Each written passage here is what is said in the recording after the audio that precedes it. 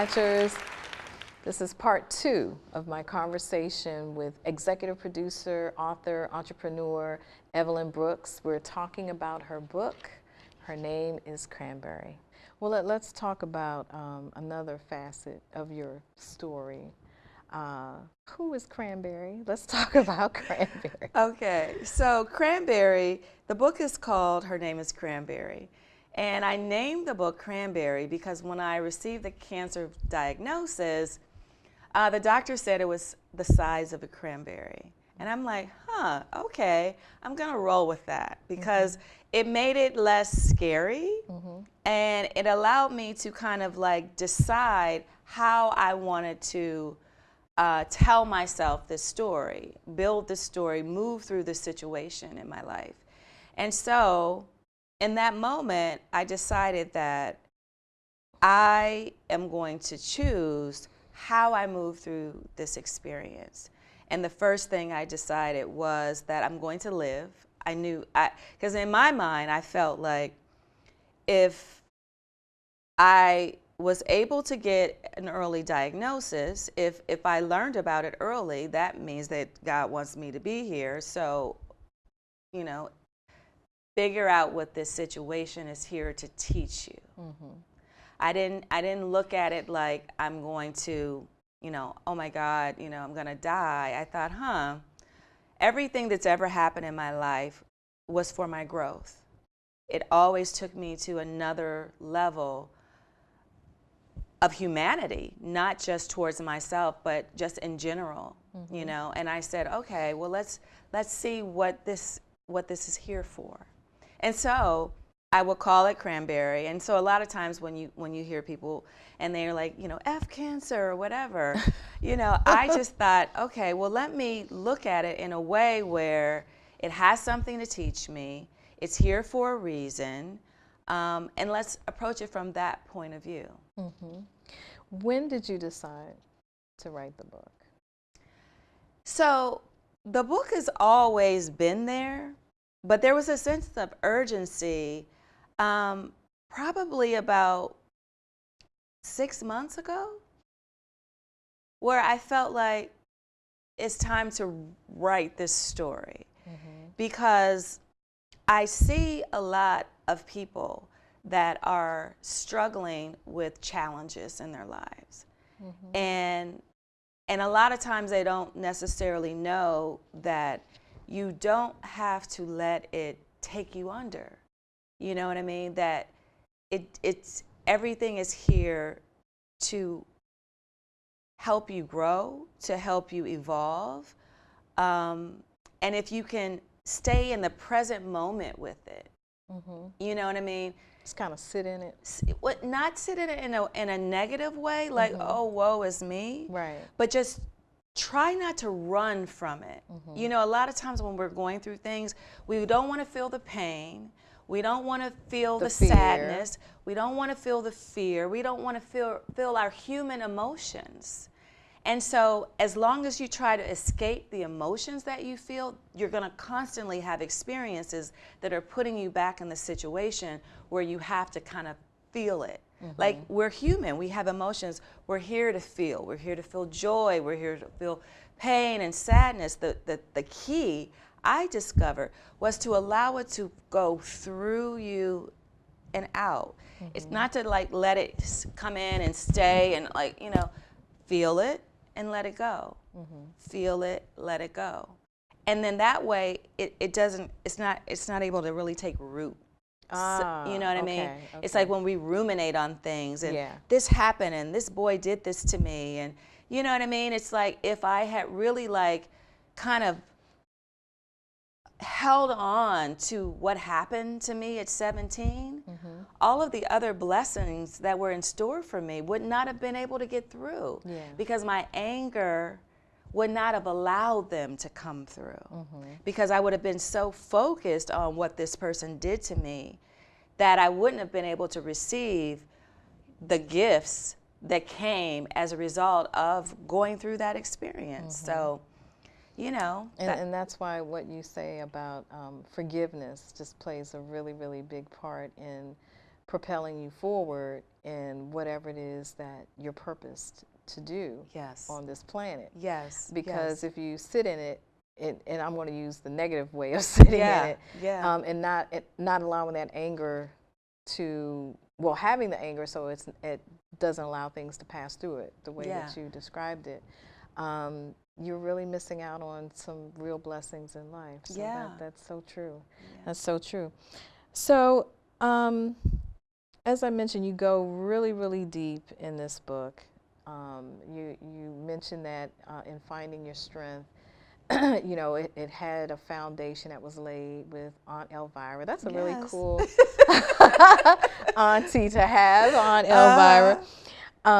And that was the foundation of you having that strength and that connection, that horizontal connection to God, which also allows you to have a vertical connection with the people around you, because in that connection with Him, you know, you're able to forgive, you're able to let go of pain and fear and hurt that other people visit upon you. Right.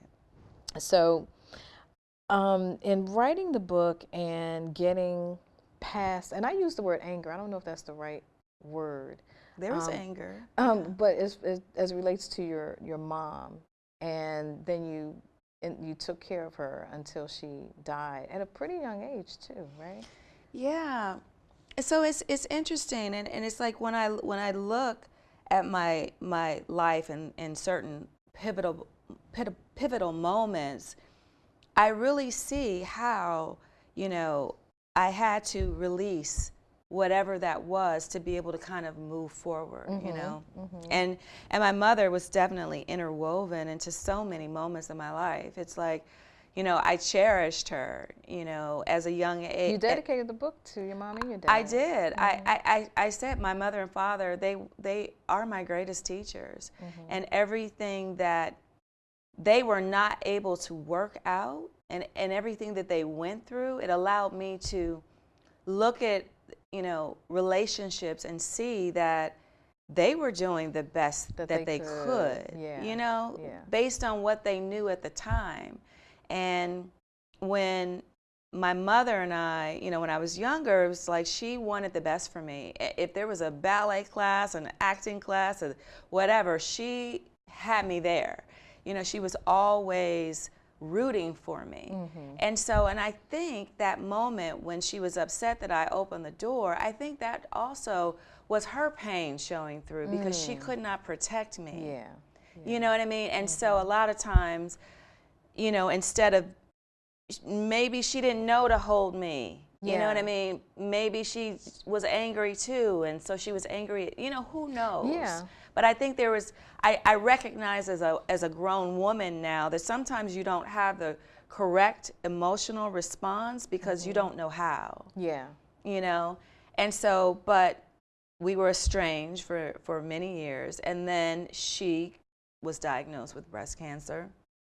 And, you know, it was shocking because, like, my mother ran marathons. Like, she was physically fit and all of those things. But, you know, we now know that doesn't have anything to do with it. You know, it's good to be healthy. You know, you actually, when you go through chemo or radiation or whatever, the healthier you are, the easier it is for you to go through it. But it was a shock, you know. And she didn't tell anyone. And so by the time I found out, in retrospect, she had 6 months left to live. Wow. And so she lived in New York. And so I went and got her. And I brought her to Toledo. And that's when I was a reporter and an anchor and the whole 9 yards. Whew, and that was a shift. That was another moment where, you know, having to take care of her. And then I was still, like, you know, going out and reporting a story. And then we worked it out, you know. It was not pretty, but we got to really, really work it out. And, you know, I knew the moment that she was about to transition. You know, you were with her? Yeah, I was there. She was in my home. I had hospice come in. It's like till the very end. I was there when she literally, you know, breathed her last breath. And then after that happened, that shifted. You know, she was able also to come to that special I did. So, and she was very ill. And she surprised me and came. That was so beautiful. It's such a beautiful memory. Yeah. But then that experience did something to me. It shifted my heart. It made me more compassionate. Because at that point, until that point, I had never really had like a personal loss. You know, I'd never lost a, you know, I didn't know my grandparents or anything like that. So I had never had a loss. And losing my mother, as you know, it's like by the time I lost her, we had just gotten back together. So that was so hard. And you only had the 6 months. We only had 6 months. And then after that, it was just hard for me to put a microphone in someone's face and ask them how they felt without any compassion anymore. You know what I mean? It changed my heart. What do you mean without compassion? What I mean is, you know, as a young reporter, we were all kind of after the same story. You know what I mean? It's like you were in a race to get the story, to get back to the station, to cut it, to get it on air, to be first. And you were always trying to find a good source, someone who could talk, you know, whether it was, you know, a family member, whether it was an eyewitness or whatever it was. We were relentless about getting someone on tape to talk about it, you know, whatever that story was. And so sometimes, and I see it, you know, to this day, where it's kind of like, you know, you see where it's not the most opportune time if someone's, you know, at the scene, they just lost someone and they're crying, they're hysterical, and then here you are with a microphone asking, doing your job.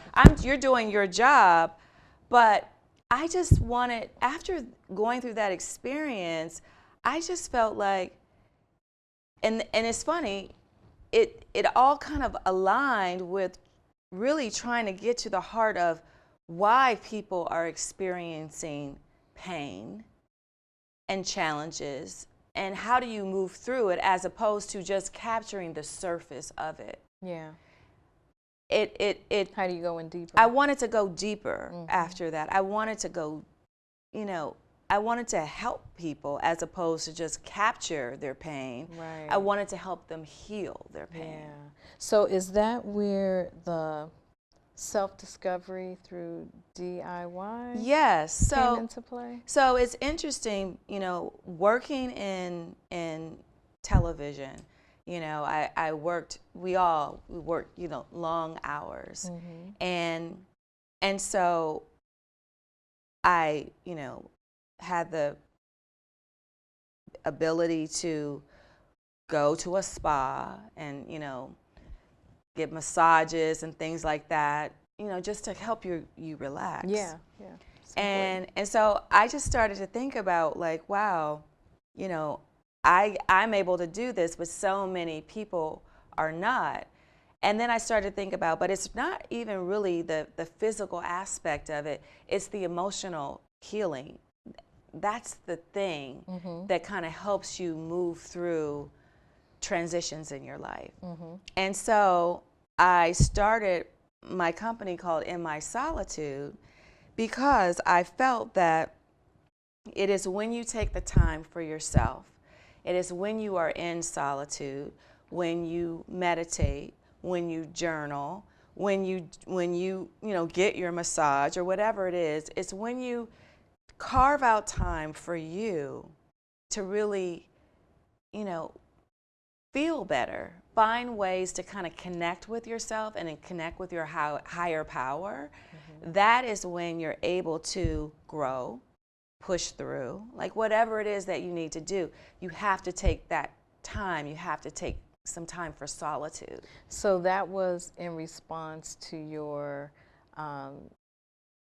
going about the work of being a journalist, sticking the mic in people's face, and feeling like, you know what, there's something missing, or there's something more.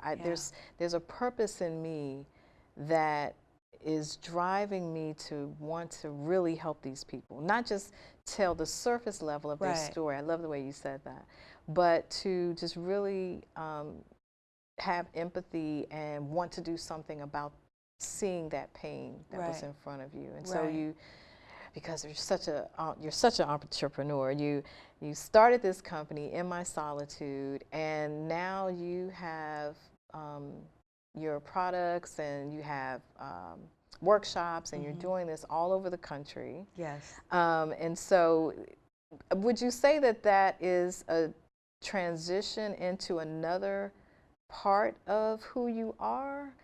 Another part of your story? Are you still doing, well, yeah, you are still doing the journalism and the executive producing stuff, but this is a higher power, if you will, of who you are and where you are in your life. Yeah, so here's the thing that kind of propelled me to start In My Solitude, to write the book and all of that. And so it goes back to when I was diagnosed with breast cancer, and I was talking to my surgeon. And you know, the one question you always ask whenever something happens is like, why me? Why did this happen? And so she said something to me that I thought was really profound. She said, well, you decide that. You decide what it means. And I thought that was a very, very powerful thing. And I decided that, okay, well, I can look at my life and I can see many successes, and I can also see moments of tragedy, but I was also able to move through them. And I thought, well, that's valuable. That's valuable because that's human, and we all go through things. But there are many people that are not able to figure out how to get past this, how to get past that, how to get unstuck. And I just felt like I want to share my story. I want to share these moments in my life to show that nothing that happens to you has to stop you. Nothing. No matter how terrible it may be or how bad you may feel, it doesn't have to stop your life unless you decide that it's going to stop your life. And so that's just a message that I wanted to share. And then the workshops came about because I was like, okay, well, now I want to share, but I want to show you. You know, I want to show you the steps. And people would ask me about my story and, you know, how, like I came out with, I created a candle line that gives you the steps of the Journey candle collection, how to kind of move through obstacles. And so I was just like, well, I think I want to write it because then it'll be something like maybe you can't come to a workshop, and so you can order it. And then I wanted to, you know, I made the book small and mighty because I want everyone to be able to afford it. You know what I mean? I have many more books to write. But this one, I wanted to write it for everyone so that it was accessible to everyone. Because no matter where you are in your journey, we all have things that trip us up. And I just wanted people to understand that you have to visualize and imagine yourself on the other side of it, and then somehow God just pulls you through. It's like in little moments, little points along the way. Don't always look for the big picture, the big story. You don't know how it's going to all come together. Half the things that happen in my life, I don't know how it's going to all come together, or you know what I mean? But I try to stay in the present moment. I try to do the message thing that I hear. And that's why I meditate and I pray, because that's where you can hear. And then it's like sometimes I don't know what the next thing to do. And then I'll just get quiet, I'll meditate, and I'll listen. And then I'll hear, I believe that it's God's voice say, call this person, do this. And then just do that one thing. You don't have to know everything to start. So those are some of the things that I put in the book. Because it should be something that everyone has access to know that you get to decide how your journey will turn out. If you believe that you want to be here, that, you know what I mean? And sometimes, And how you want to be and here. how you want to be here. No one else has the right to change your story unless you allow them to, no matter what it is that happens. Or write your story. Or write your story. And everyone's story is important. Everyone's story matters. You know, my story matters, your story matters, everyone's story matters. And sometimes when things happen to us that we feel bad about or we feel shame about, you know what I mean? It's like, then you allow it to change you and to make you feel that you're less than because this happened. And so when I tell you what happened, I take that off the table. You can't make me feel shame about anything that's happened if I own the story. If I tell you, this happened to me, but this is how I moved through it, and this is where I am now. And if I can do it, then you can do it, regardless of what your story is. So. Wow, that is so incredibly powerful. Very, very powerful.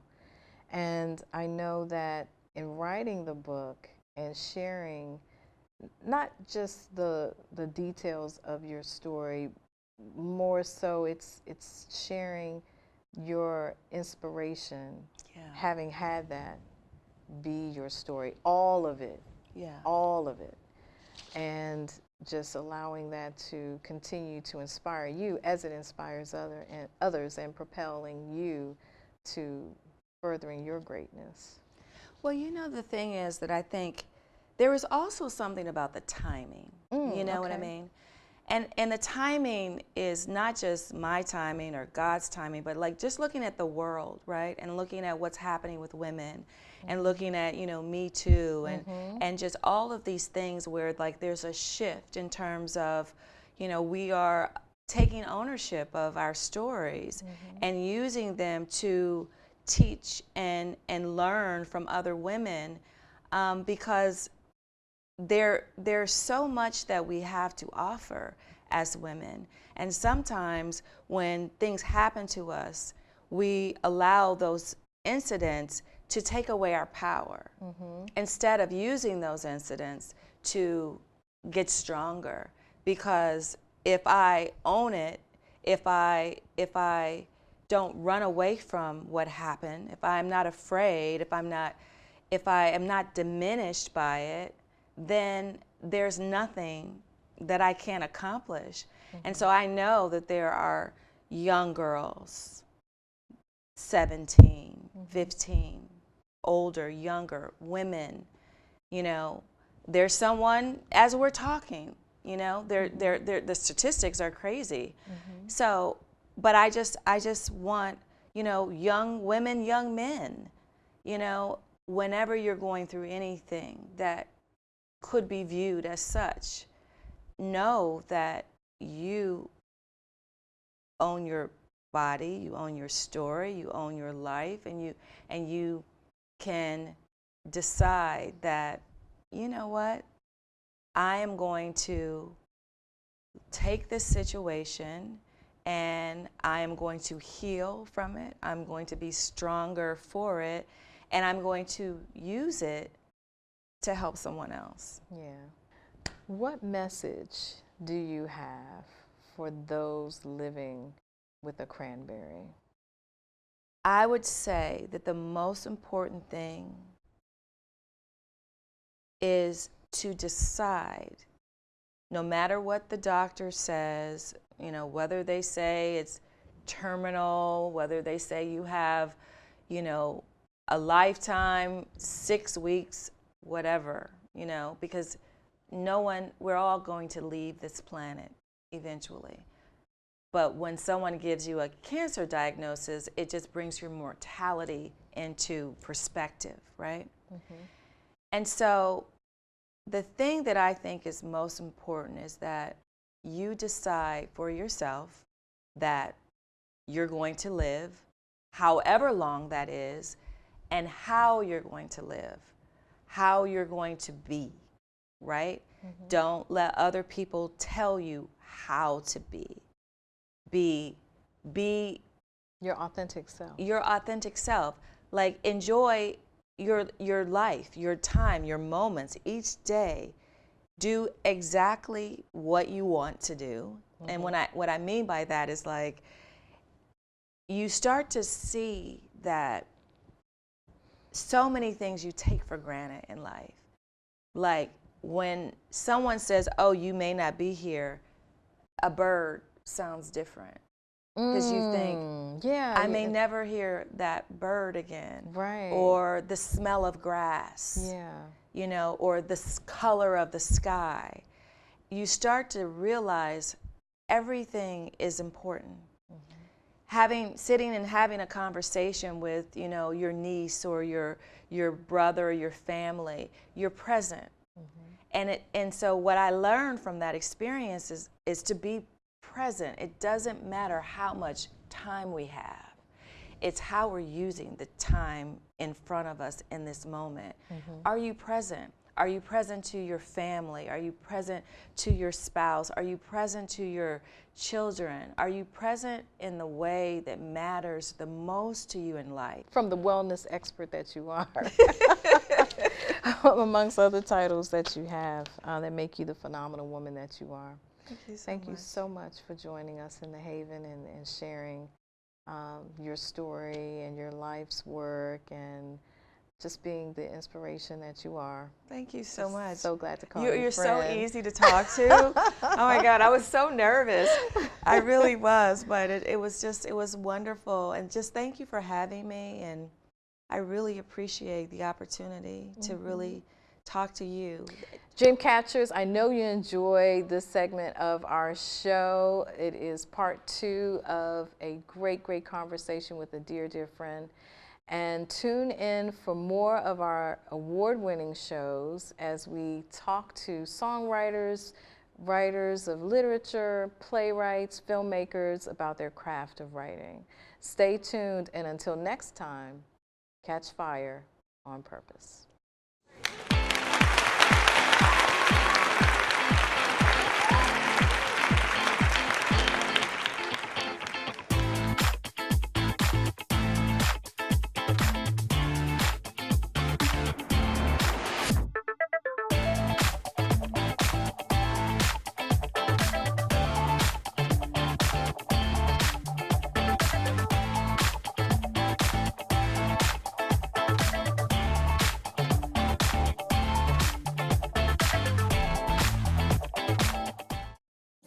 I fell and I had to have Meals on Wheels. They're my savior. My name is Lola Silvestri. America, let's do lunch. Drop off a hot meal and say hello. Volunteer by donating your lunch break at americaletsdolunch.org. Look at you. You're at the top of your game. You're unstoppable. Nothing can throw you off track. Wait, is that your car? Uh-oh. Yeah, I saw that coming. That will throw you off track. You're looking at around 10 grand in fines, legal fees, and increased insurance rates. Let's try this again. Smart move. Because buzz driving is drunk driving.